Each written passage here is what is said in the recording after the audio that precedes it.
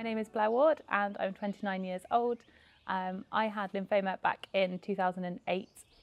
I remember being given a very broad booklet to read through because I didn't have a specific one and it was a lot to take in. I was fine understanding it was going to have to be chemotherapy and radiotherapy, but I think the hardest thing for me was reading the part potentially about it affecting you in later life not having children, and I think that for me was the biggest shock of all. I didn't mind losing my hair, but it was the longer term effects that took me by surprise an awful lot.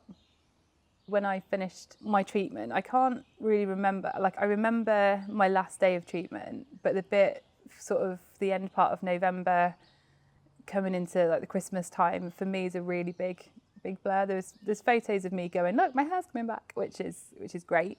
But yeah, looking back, it's almost like it was somebody else's story, it's somebody else's journey. I had time out from university to do my treatment. I'd failed one exam, so actually I returned to university in January to do that one module, which was enough because I didn't realise how tired I still was. And I'm very pleased to say that I did come out with a very good pass on that module. But it was a lot of adjustment. I didn't go back to my part-time job until the June, so I gave myself 6 months to get myself back on track with university, get my studying back on track, get back into the rhythm and routine of normality of being in uni life. Kind of the first 5 years after treatment, again, is still quite a big blur. I look back and think, I didn't do that. Or, you're watching somebody else's life story, feels like another lifetime, it really does. So there are things or there are experiences I had that I think if I was in the state of mind that I am now, I don't think I would have done. I'd made decisions a bit more clearer rather than acting on impulse. Sort of not straight after the treatment, but a few years sort of down the line, looking back, the things that's really helped me has been exercise. It's been in that rhythm and routine of finding a new fitness class or challenging myself. So a couple of years after I finished treatment, I did the Great North Swim in Lake Windermere, and that was a mile swim, so it was really great to get my head down and focus on training for that. A couple of years ago now, it's 2 years ago now, I did a triathlon and absolutely loved doing the build-up and the training. It really gave me that focus to really get back into the exercise and the sport. I love going out walking. I have a National Trust membership, so I like to get out and see the area that's around and take my camera and just take some pictures. And for me, that's a nice chill out time. That's my time to just clear my head and get out in the fresh air and just see some really beautiful things. In terms of thinking about lymphoma, it's less now than it was before. So previously it was, so maybe the sort of first 4 or 5 years, there were things that you think about quite a bit. If you suddenly became very tired or very ill, it always played on your mind and you were like, oh my goodness, is this a sign of this? Or, you come down with a really bad cold and, you just feel really drained and tired. So I think to begin with, it was that kind of adjusting to who you are and figuring out who you are as a person. It was on your mind a lot because you didn't know what was normal and what's not. You just can't tell. Because you're still discovering who you are and how your body feels. Moving forward to where I am now, I must say I hadn't really thought about it for a while. Obviously I've been through it and I happily talk to people about my experience, but it's not something that kind of, if I have a cold now or if I've had a really bad chest infection or anything like that, then I don't go down that route anymore. So in terms of long-term effects, I do believe that there are things that I go through nowadays that are associated with the treatment that I had. For me, one of the biggest things is my weight yo-yos dramatically.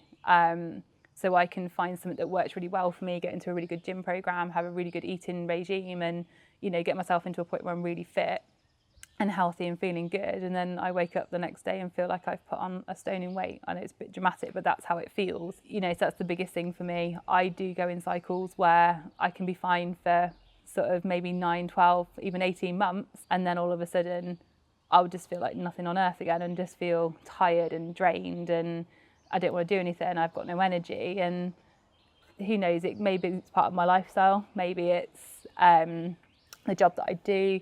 It's very difficult to say, but I do think there are elements of when these low points do come in that is part of a grieving process of going through everything. Your mind then races off with 100 different things, and it can be quite tricky to stay positive at times. I am a very strong person, and from the outside I would always be that positive person, but inside you do kind of think, if this hadn't happened. And more recently I've got a bit angry about it, which sounds really stupid because it's something you can't change and you can't do anything about, and it has made me who I am today. But I'm angry it happened. I'm angry it stopped me from doing my plan of travelling around the world, and you know, there were certain things that I really wanted to do with life, and I get angry that I haven't achieved those. And I don't feel that I'm turning 30 in October, and I don't feel like I've achieved everything that I should have achieved. But I have to make myself stop and reflect and go, actually, what is it that I have done? And when I look back over 9 years, I'm immensely proud of what I've achieved and what I came out of university with my 2:1 degree, the life experience I've chose, and the career I'm on now. So in terms of my follow-up appointments now, I go every year, and we just kind of talk through, you know, what's happened in the last year. It's just to touch base and say hello. In terms of checkups with other things, I think sometimes GPs, if you go in with a chest infection, will then go, okay, what's in your blood work as well to make sure, or an x-ray and stuff. And you're thinking, okay, great, it's really nice they're looking out. It does change you as a person. And 9 years on now, I'm only realising that I'm never going to be the same person I was before. And it sounds really stupid to say, but it's almost like you go through a grieving process.